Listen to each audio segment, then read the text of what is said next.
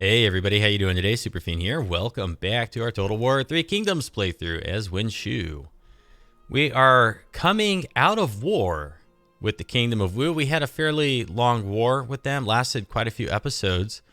They really didn't advance very far in their territory. When all is said and done, all they captured is Jiangling, the city over here, which is unfortunate. It was a pretty nice city for us, somewhat profitable. But when you look at what we gained in return, we managed to get a hold of the farm here, Dong, the farm at Hanoi, all of Taishan, and then the temple over here at Pengcheng. So, I mean, we got all this stuff out of that little shindig with them. And if we go ahead and look at ownership here, or maybe instead I'd rather look at diplomacy, you can see that we have vassals in here and up here. We are now at war with Ma Sai, and then his vassals or her vassals. I don't know if the faction leader is a man or a woman, but we have a couple armies that could potentially come back up here and attack Gong Sun Sai and Gong Sun Gong. And then after doing so, I mean, we've pretty much almost expanded all the way eastward. Duchy of Song is a vassal to Kingdom of Wu, has lost a lot of territory. And I think next time we end up at war, Kingdom of Wu will be able to finish off, hopefully, most of Duchy of Song's territory and really pincher them down to almost nothing. And then we're going to have all of this secure between us and our vassals. And then we really only have to kind of worry about this stuff over here. And if we can help our vassal expand into this territory, I mean, it'd be nice if we had it, but if they're down here and they stay our vassal, that's kind of important too, then they could continuously protect like this stretch of land for us, and we wouldn't really have to worry about it when we end up at war with Kingdom of Wu. So in any case, that's the current state of affairs. Ma Sai did come in and attack the weaponsmith here, and they do have a couple armies in here now. Doesn't look like they're sieging it or anything. I don't know what they're doing. And we need to go ahead and put the administrator that was over here at Jiangxia and holding back the tide of Kingdom of Wu, we need to go ahead and put him in Shangyang. I just need to find him in here. It was Liu Liao. Okay, so he's now the administrator there. He should be a little bit grumpy, having been removed of his post, but then we put him right back in. So, and I think he'll be up here, right? Don't they come in up here? And we now have a spy with wavering loyalty once more, so we'll go and look at that. Yeah, his satisfaction's pretty good. Okay. So we're looking good there. We probably don't need Ren Xai in here as the administrator of Chen anymore. Now he is Ren Xai. Let's find him. He's in the top list. He's giving extra reserves and extra food production. And then extra food production here. Extra reserves there. Increase in income from peasantry. I mean, so he is helping quite a bit down here. But I don't think Chen is in danger of being taken for a while. And so what we really kind of need to focus on is when we end up at war again, what are we in danger of losing? We're in danger of losing Luoyang, the city, and Dong, and maybe Taishan. So it's like I kind of think we should put some administrators up here. And so let's go ahead then and go to Ren Xai and let's remove him from office. It's going to piss him off a bit, but that's okay. And I'm going to leave him out of position for a few turns. He's down to 19. Let's go ahead and let's promote him for the cost of 1,200. We'll see if we can't make him happy somewhere else. Keep an eye on him.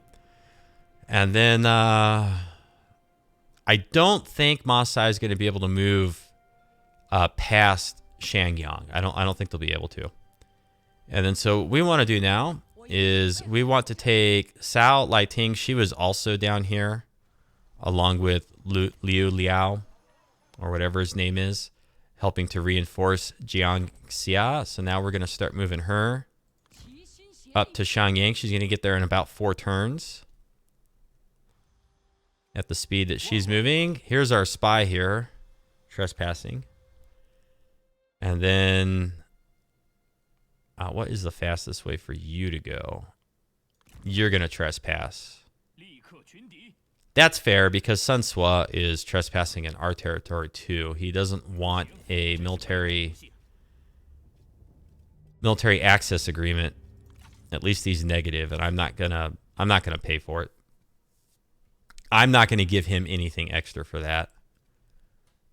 Okay, and then let's go ahead and tick through some of these. Liu Liao has been appointed administrator, and I clicked on the wrong one, darn it. War coordination, targets canceled because we're no longer at war Kingdom of Wu, so we can give new war targets to our vassals. We're still attempting to infiltrate Shihui. Wavering loyalty.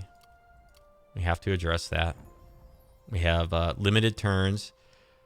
These generals, we called them back. They're now ready for duty. And this is our army as well. No, it's not. This one. Can we call them back now?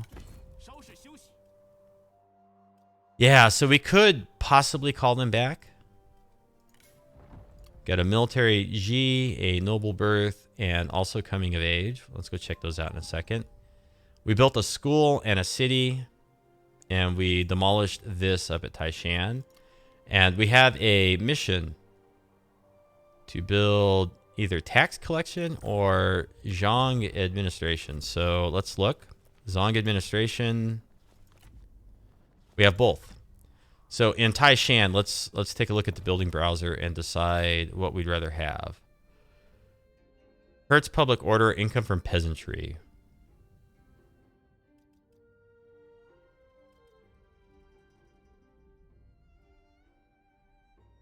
Could always build it and demolish it. Zong administration. -1 legitimacy per turn. So we'll slowly lose legitimacy, which is actually not the worst thing because once we go up to this next tier, we instantly gain 100 legitimacy, and it's going to put us really close to becoming a kingdom. And I'm trying to like not become a kingdom. So Taishan is not the world's greatest place to build this, but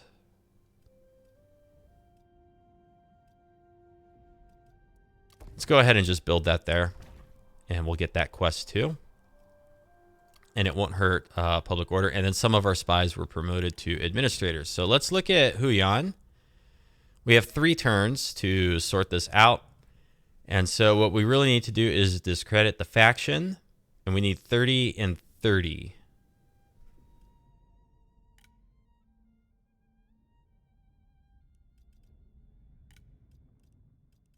So we're actually going to be able to do it pretty soon. Let's go ahead and build undercover network here. And then so if this guy's getting 9 per turn, and this guy's getting 10 per turn, he's almost at 30 out of 30. So in 10 turns, we can discredit the faction and hopefully save our spy. And then this guy's earning at 8 per turn. So I think we'll be okay there. And then our spy in Duchy of Song's faction, he's an administrator.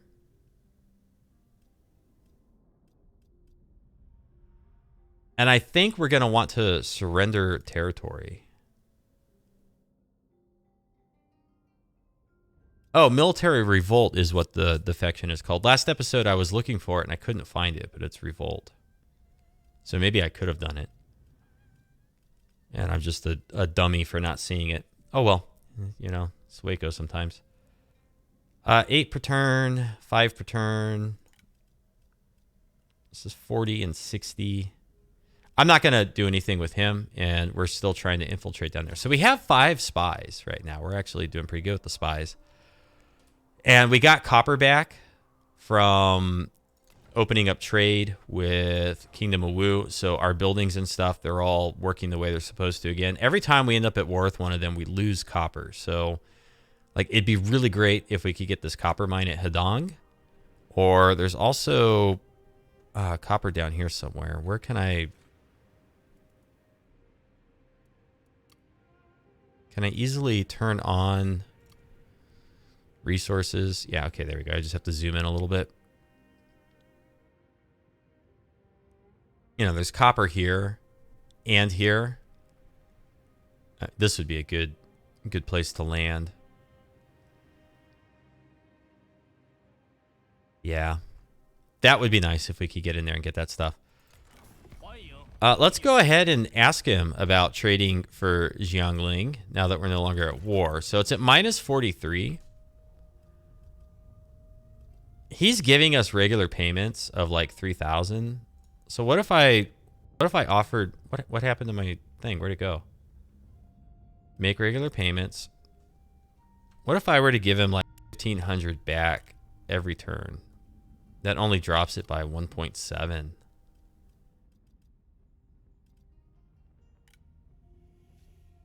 What if I gave you some shiny weapons and things? Like, I'd be willing to give him some of this stuff to get it back.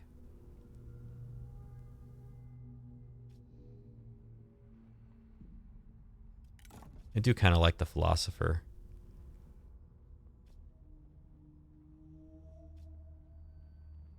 Not giving him that, no way. What if I gave him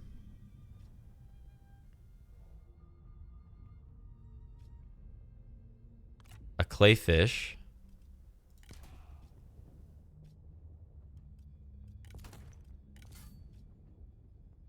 I bet the heavenly sword is good.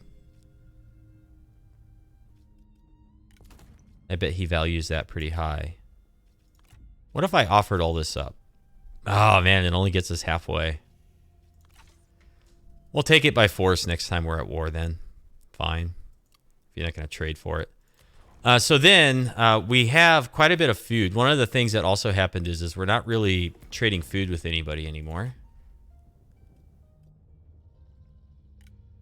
Let's see. How much is it worth here? Make this work. What if I offered a little bit of food? I don't think that's worth it.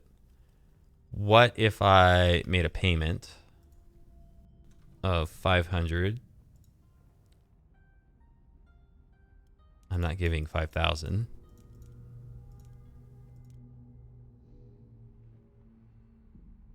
So if I give him 1,700, and we got 27,000 when we made peace with Kingdom of Wu. So we got like a ton of money right now, 40K. So 2 turns worth of this trade agreement, and he'll start trading with us. So as long as we're trade for at least 3 turns, we should come out ahead there. And that's the last of my trade agreements. Okay, non-aggression, military access. Nobody wants to cooperate or be subservient. Offer to become... I was like, whoa, they'll become my vassals. No, it's the other way around. Offer to cooperate.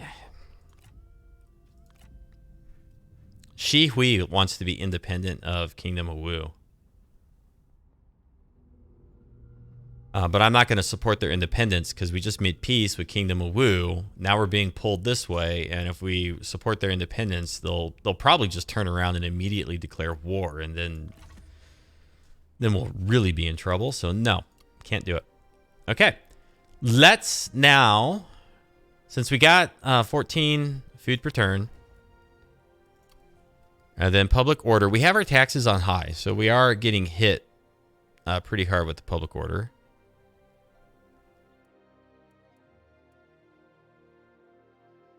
Dong is also not doing well. But otherwise, other than Dong and Shangyang, public order's pretty good all the way around. So this is where Kingdom of Wu was fixated last time he came in. So I'm going to spend 5,000, I think, and get that thing upgrading. But let's go ahead and throw somebody in here that reduces... Oh, you all reduce it the same, because because I'm a knucklehead and it's not administration. Who's not really doing much and who's kind of like bummed out. All right, let's throw you in here.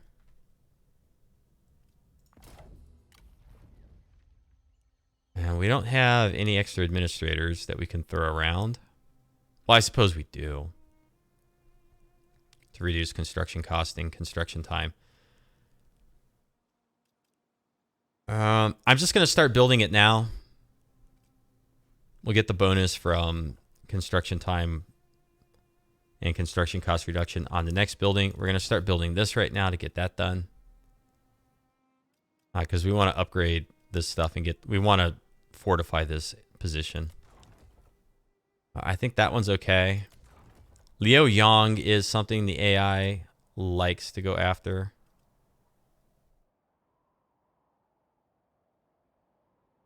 And then, are these finally affordable to fix? They are. So we'll spend a little bit there. And then Taishan looks okay. So probably Dong and Liu Yang need to be upgraded. I'm going to go 6,500.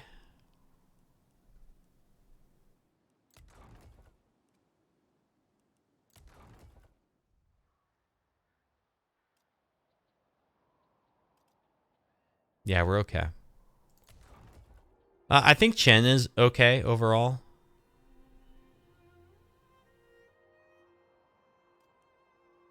And then, do we have any more movements with our armies? We have lots of movements with our armies.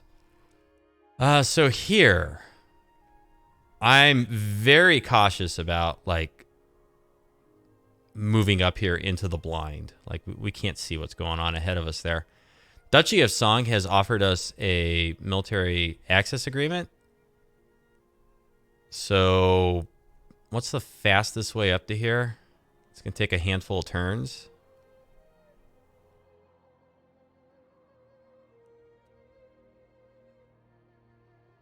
A handful of turns either way. All right, I'm going to be a little risky and go this way.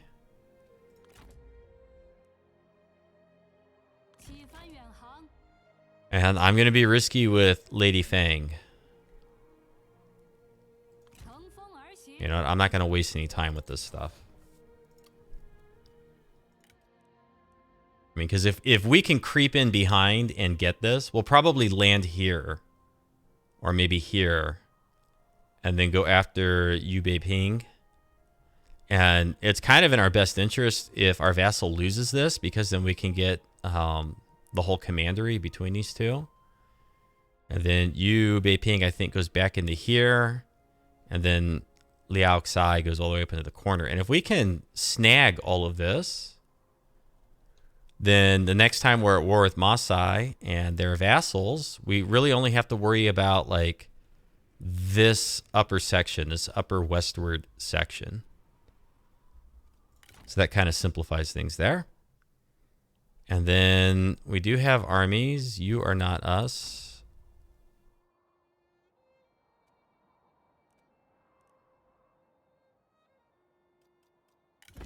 Just gonna move regular speed here. Get back to the roads. Why are you so slow? Nobody can move faster in that army.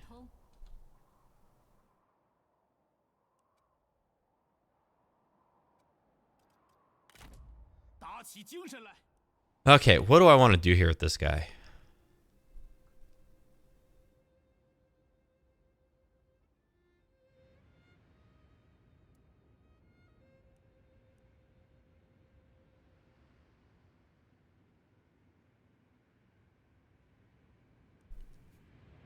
I want to send him, like, off over here somewhere.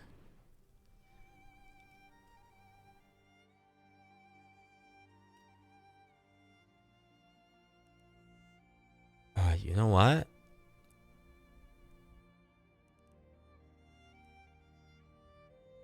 Sindhu, Poyang. Small regional city.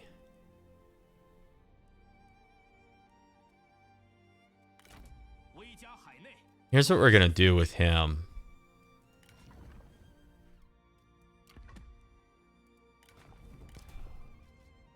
I want to look for anything that increases military supplies.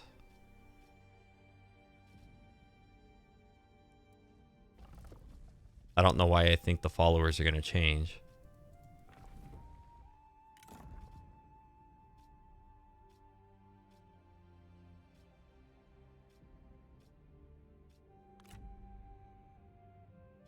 Robe of the Omen Maker. I just can't seem to get it.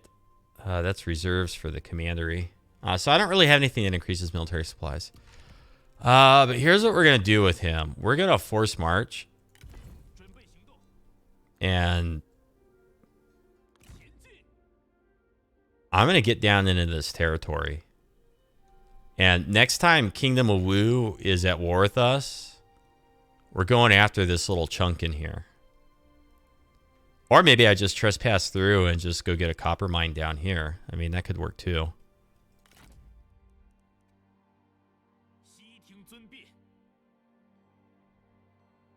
And I've already got one. I got 2 armies going that way. So yeah, I want this army going this way too. So I got 2 armies going this way, 2 armies going that way. I got 2 armies going over this way. We're earning 8,000 per turn. I could bring up more forces right here. Probably should. Cao Lai Ting is going to be here soon. So let's go look at... Not you, Cao Lai Ting. So we want to combine her with somebody, but we want to make sure that they're going to be friendly with each other too. So I'm not going to do it yet. Okay, we can end our turn.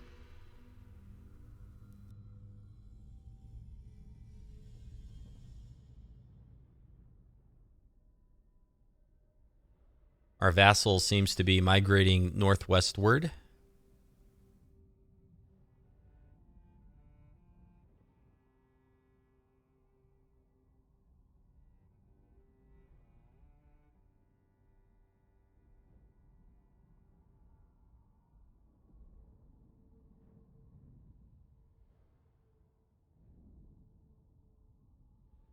Oh, you know what? I gotta walk away for a second. Somebody is delivering something outside my house.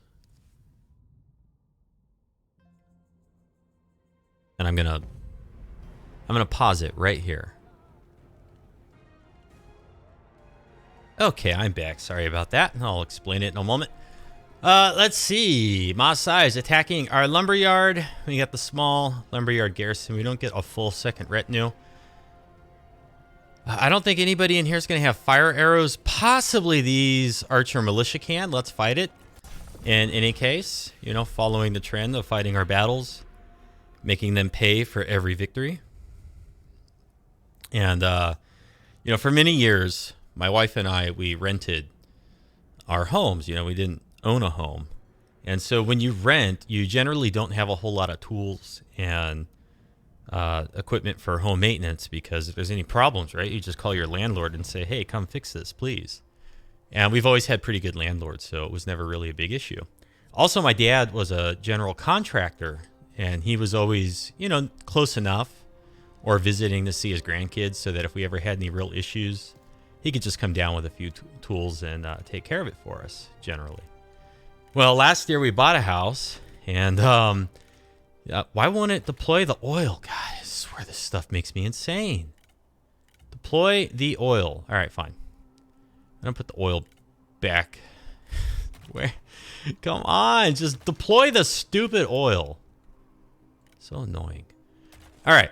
So for many years, you know, renting and having, you know, my dad nearby with all of his tools, because he had every tool you could imagine, from table saws, the hole saws, drills, everything.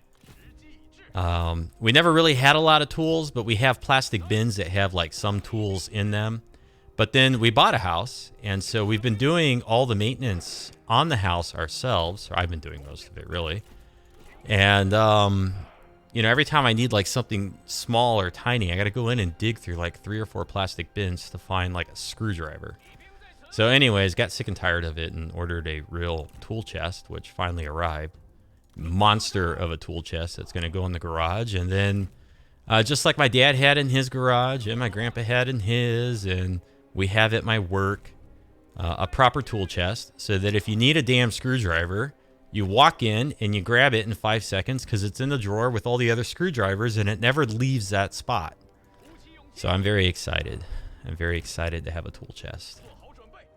It represents an organization of equipment and a savings of time. Yes, I love those things. Okay, are we deployed? Did I do it? Did I walk and chew gum? Maybe. I think I'm gonna put... I really wish that they would just open up the deployments in here. Like, come on, this is... Ah, Creative Assembly, please. Please just, like, what is this? What is that? It's so frustrating. I mean, I know it's because I'm on extreme unit sizes or whatever it is, and you're not supposed to play it that way, but... like, what I think should happen... I mean, obviously, there's some sort of, like, gray mask or something under here that says, you know, the troops can't deploy this far, and the game blocks them from doing that. But those masks, I think, should alternate depending on the unit size. Because in that way, you don't need to make the maps any different. Like, it could be the exact same map, but you change the masks underneath. So when it's a small unit size or medium, they go in like pretty deep here. The map stays the same, but you can only like deploy in this little pocket and they can't get around it. I don't know, visually, maybe it looks a little wonky. When you're playing on normal unit sizes, you know, it's just perfect. And then when you play on Ultra or Extreme, you know, extend the mask like back this way so I can take my wide unit and go and drag it all the way across. And yeah, some of them will be on the hill, but who gives a crap? Like, why does it matter? That's how it should work, in my opinion. And I'm not the programmer or any of the programmers that works on this game. So, I mean, it could be a lot more complicated than that. But I am a programmer, and I did study 3D graphics and game design a bit. Although I don't work in that field. So I know a little bit about some of the stuff, you know, that they do underneath the hood in games. A lot of it is surprisingly simple and just clever, really. But then there's a lot of stuff that's really, really incredibly complicated. And like really, really bright people thought it up. It's quite impressive. Some of the stuff that goes on under the hood in game engines and computers in general. I think it's probably represents some of humanity's like best work. But then, you know, at the same time, it's 2020 and we're still trying to figure out like the best way to show a checkbox to somebody on a screen. So I don't know. Every year it all changes. Every couple of years. Every couple of years, there's like a whole new set of frameworks and things that come out for, you know, developing user interfaces or backends or whatever the heck it is. Always changes. Let's turn this way because these guys are gonna get drilled. In fact, you know what? I'm just gonna run away. I'm gonna run away and I'm gonna turn these guys like that. And I think I'm gonna sit tight over there. They're going to take a lot of damage moving backwards like that. I think we've overcommitted over here. So I think we can come back to maybe here. It's not drawing the cute little rectangle for me, though, so I'm having a hard time deciding how effective that is. And then, yeah, let's just pepper the mounted Lancer militia, and then let's turn around and brace right there. And I don't think we need to be in there anymore. And I think maybe we should come up to here with them. And I think maybe we should shoot that unit and the spear guards possibly. And these guys, I think, can come back this way. I'm going to pull back with this unit because I don't think they're going to come back through here. I think the tower's got this under control. I don't think we're going to win here, though. Especially since these two units have just crumpled up like a mini colliding into a semi. Not cool. But we can still get a lot of damage in here on them. Okay, here they go. They're starting to commit.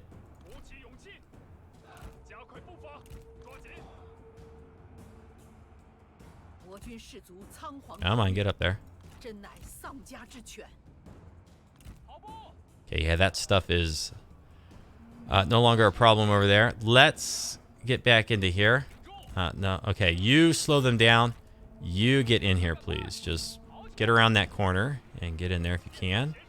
Okay, they broke that unit. That's okay, I guess. These are both of our captains. And let's hit the spear guard and shoot Kong Chin Ting, if that's how you say that. Uh-oh. But our captains are now collapsing. Darn. They're almost in the settlement. Now, are they going to raise this or I mean, sack it and withdraw like they did with the weapon craftsmen? Are they going to occupy? I don't know. I mean, I don't think they're going to be able to get too far into our territory. I don't think they're going to get past Shangyang, the city. I really don't think they will. Okay, they look like they're going to rush up the hill here. So we'll set it on fire underneath them, and then you can fire into the backs there. I'll just bring you out that way. Come on, stand in it.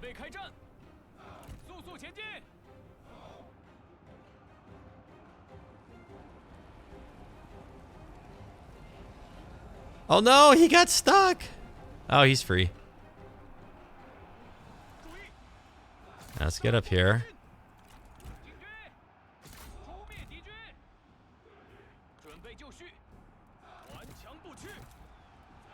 Okay, so the other captain's now going over here.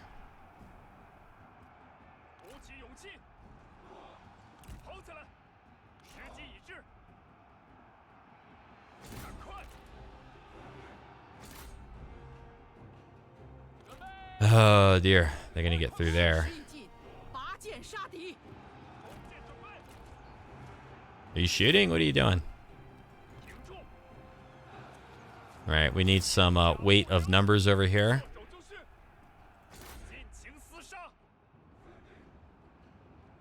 This is almost gone. Oh, there you go. Yes. Yes. Yes, it's cold outside. We've got a handful of Darwin Awards to hand out after this battle. Okay. What's the worst that could happen? I mean, it's cold outside, right? It's snowing. We should be fine. That's what morons sound like right before they accidentally injure themselves severely or worse. Whenever somebody says, what's the worst that could happen? The answer in a lot of instances is, well, you could be dead or like maimed or, you know, physically incapable of living a high quality of life. That's the worst that could happen a lot of the time. Especially looking back, you know, for anyone that might be a younger viewer, especially looking back on the dumb stuff that my friends wanted to try and do as teenagers. What's the worst that could happen? Some of them would say. And most of the time, nothing really happened. But now, you know, a few decades later, older, not all of them are still with us. Some of them are no longer with us, unfortunately. And some of it could be chalked up to, well, what's the worst that could happen? All right, so did these guys They got in behind him, and then they just got scared. Like, no. No, it's a horse. Okay, let's speed this up. This is over. This is over. We've done as much damage as we could possibly do here. In fact, I should probably just end it. But it's not in my nature to quit. It's just not in my nature to quit. I'm too stubborn.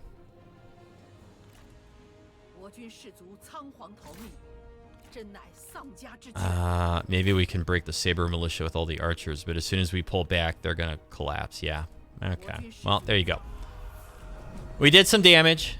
It's the name of the game in those guaranteed losses. And for the most part, they are guaranteed losses now. Your minor settlements facing off against this kind of stuff, it's really difficult to win. Which is kind of nice in a way, because when Three Kingdoms, you're back already. Is this the weapon craftsman? Okay, I'm going to delegate this one because we're not going to get anywhere. When Three Kingdoms came out, a lot of those battles were winnable. And so once you got a hold of, towers in a farm or something else, it was almost guaranteed that unless the AI brought 2 armies, you weren't going to lose it. But that's really no longer the case, I don't think. And it does add a different level of dynamics to the campaign. You really, you kind of do go back and forth trading territory. Although for all that Kingdom of Wu had, we only lost 1 city in our war against them and their vassals. Otherwise, we gained territory. So, I mean, you still make progress. Okay, we got support from nobility. We're up to 10,000 per turn. Wavering spy loyalty, Zhang Feng. Disciplined general. This general demands a high level of discipline from their troops to match their own. Each morning, their troops are woken for a 10-li training run before breakfast. I think it's like a li is a mile or close to a mile. Any stragglers are penalized by having to do an extra li the following day. God, it sounds like football. Okay. Spy events. Attempting to infiltrate. Wavering loyalty. Yeah, my first 2 years of high school, I played on the football team, or I was on the football team. I didn't play very much. And I remember very distinctly, we were all kind of like screwing around in the weight room and not really taking it serious. So the next day when we went out to lift weights, it was locked. It was chained locked and we couldn't get in, and it said head over to the track. And they ran us until half of us were puking. I mean, oh my God, we ran so far. We ran so far, so much. Let's see here. Ambush discovered at the copper mine.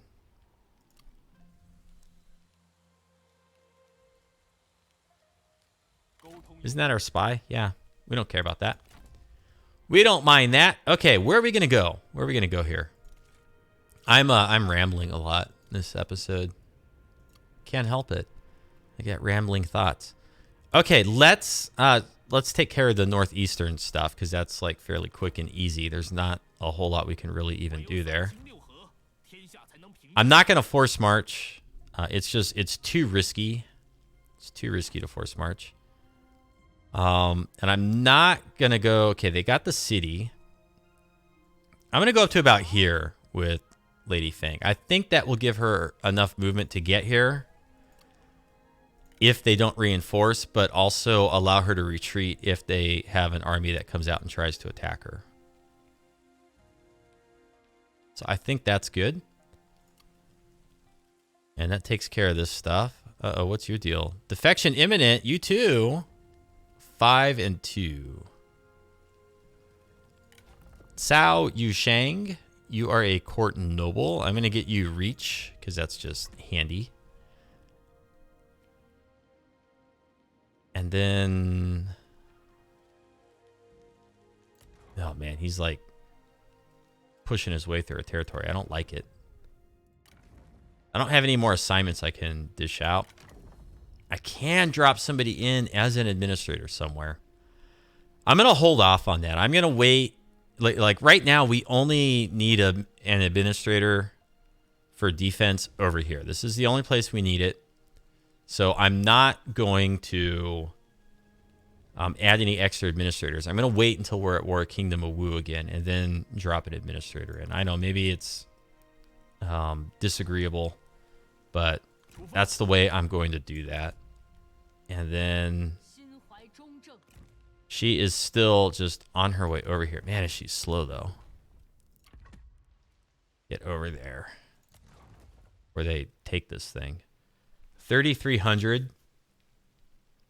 I am kind of tempted to just instant finish this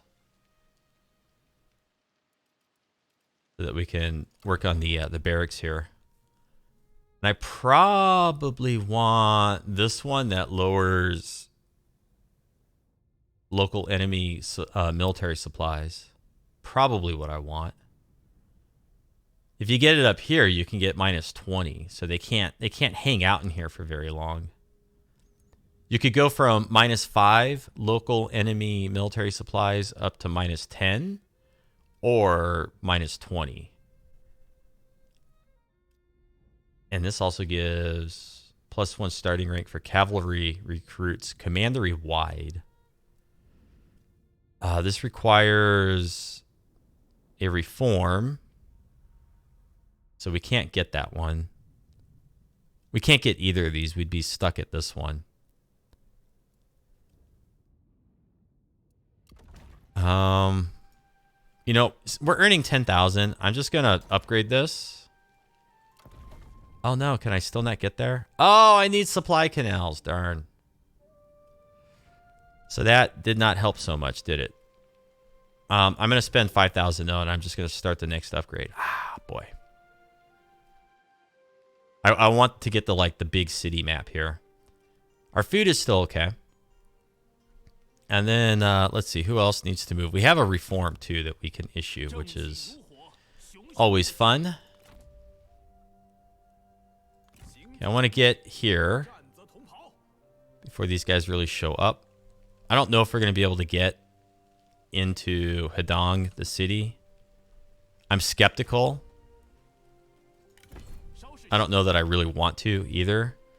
And I'm going to go ahead and go back into a regular movement so that we replenish along the way. Just get that army topped off. Don't want them running out of gas.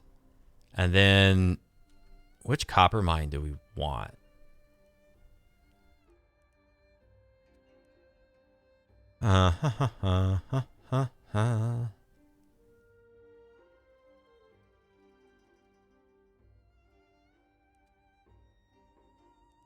Are we at war with you?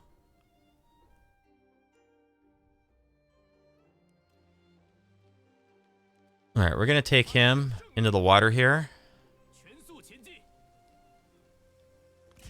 And we're going to go land down here. And then we're going to start encamping and moving down into this area.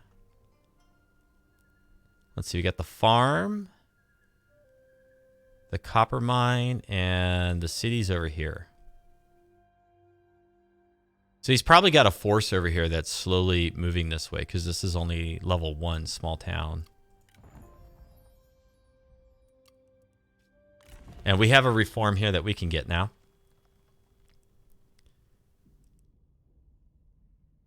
I know I talked about maybe getting this for the character salary.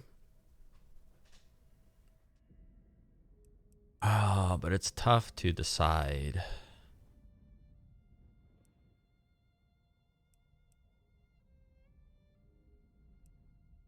I mean, we are all about the commerce, so...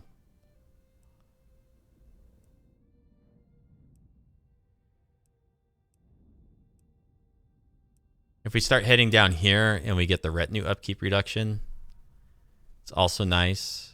Smokescreen, faction wide. This gives +1 oil, +1 towers, +1 wooden stakes. I mean, that's kind of tempting too.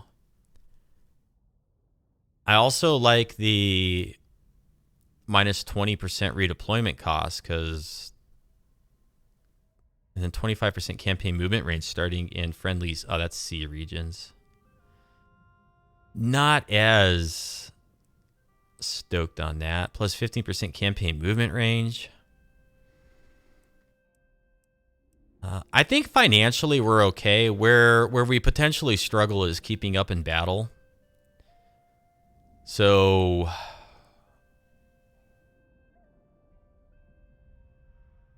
I mean, are these towers really any good? They do help.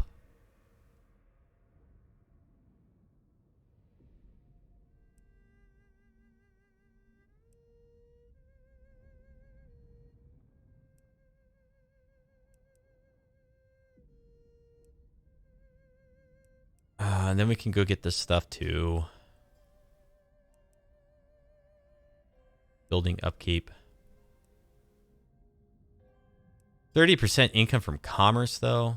Oh, that's so nice. What are we earning most of our money on in our commanderies? Commerce. I mean, 30% more is like close to 2,000? 2,100? That's pretty good. Getting the character salary one is going to lower it by 20%, which is almost 1,000. I mean, it's like 800. 860.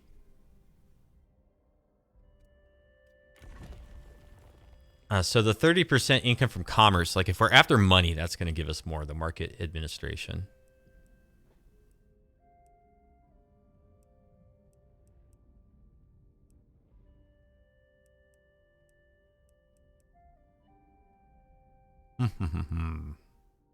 This is kind of tough. What's this one down on the end? 10 satisfaction. We're not really having a whole lot of satisfaction problems, so it's not very enticing. +1 available administrator positions, though. That is for the constant stream of wars. Also, increased public order is nice. But I'm going to pick what's probably going to end up being the worst of them all, because I'm stupid like that. No, you know what? I'm going to go this way. I want to get the campaign movement range. That's what I want. Okay. Whatever. And can we move anything? Do we have any diplomacy, not reforms? Not really. All right, let's see what we got. Great. I clicked like just ever so slightly off, but because it was moving the map, it didn't end the turn, so that's good. I thought it was going to like sit us down there and let us watch some of the end turns cycle by without really showing us much. Sometimes it does that. Okay, our vassal. And then Duchy of Song, Kingdom of Wu. They're going to go after Lu Bu now. That's where their focus is going to be.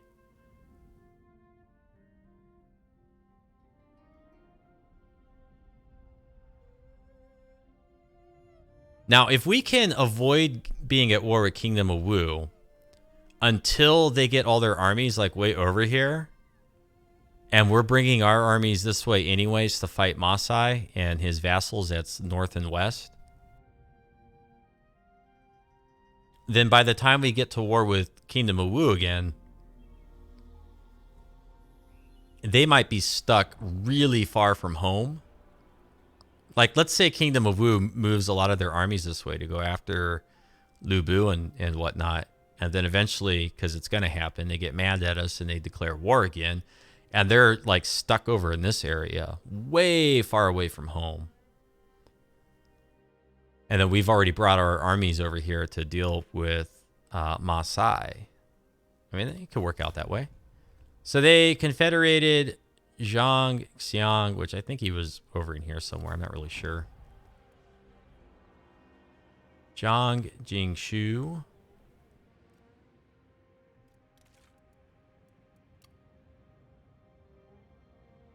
Okay, so I'm not sure exactly where that was. I think there were small factions like over here. Declared war on Yellow Turban Rebellion. Liu Pingming joined war alongside Kingdom of Wu. Yellow Turban Rebellion.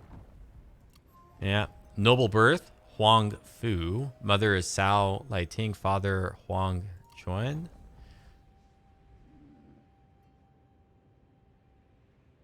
Okay, this is Cao Hong. Okay, so he didn't get acquired. And I got to be really careful here. Oh. He's no longer in danger of defecting. So what happened? His office was revoked. Oh, so he's pissed. That's what happened. He became an administrator. So this guy's an administrator too, probably. All right, so we got a few turns. Okay, because I was like, I totally forgot about the spies, and I was thinking, oh no, maybe he defected and I screwed up. But no, I got lucky there.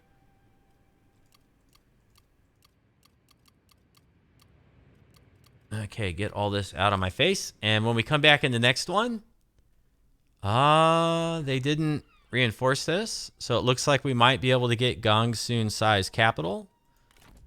Ma Chao is really not far behind. Although even force march, he can't get close to Lady Fang.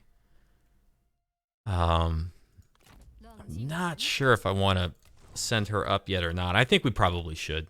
I think we should take it. And then, so we're going to be able to get in and get all this, I think. Got to be careful. Okay, we're at 463. If we cross this threshold, we're losing 9 per turn right now, which is actually kind of nice. But if we cross this threshold, then we're only 40 away, and you take a couple commanderies, and then bam, you're a kingdom. So you got to be real careful. We want to manage that. And we're going to get down in here with this army. We're going to start encamping for his military supplies because he's going to be running out. He might still run out. Yeah, because he's at minus 21 per turn. If he's encamped, he'll only be getting 10. And then with these armies, we're just trying to get over here to Shangyang. It looks like they might come up through here and like head towards Nanyang or Xiangyang. We've got armies here and here. Or maybe this is our army. We got 2 armies over here. So, I mean, we're okay. We're okay. And when we come back in the next one, we'll just fend this off. Take this up here. Manipulate our spies. Work our positions. Eventually, we're going to take this. Yeah, we're just going to hand it over. If I were to do that right now, I wonder if it would instigate a war with him and then instantly start war with Kingdom of Wu. I don't know if it works that way. Eventually, I guess we'll find out. Let me know if you enjoyed this with comments or thumbs up. Check out the rest of the channel. Watch some more stuff. If you enjoy Total War, I got plenty of it. And you have yourself a great afternoon. Take care. See you next time.